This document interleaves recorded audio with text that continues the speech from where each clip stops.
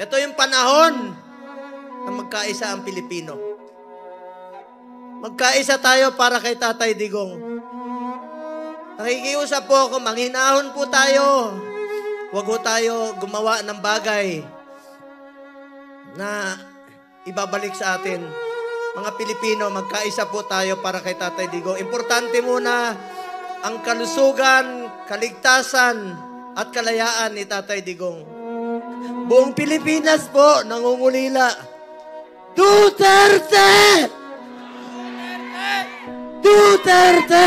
Duterte! Duterte! Duterte! Duterte! In the principle of this spiritual Duterte!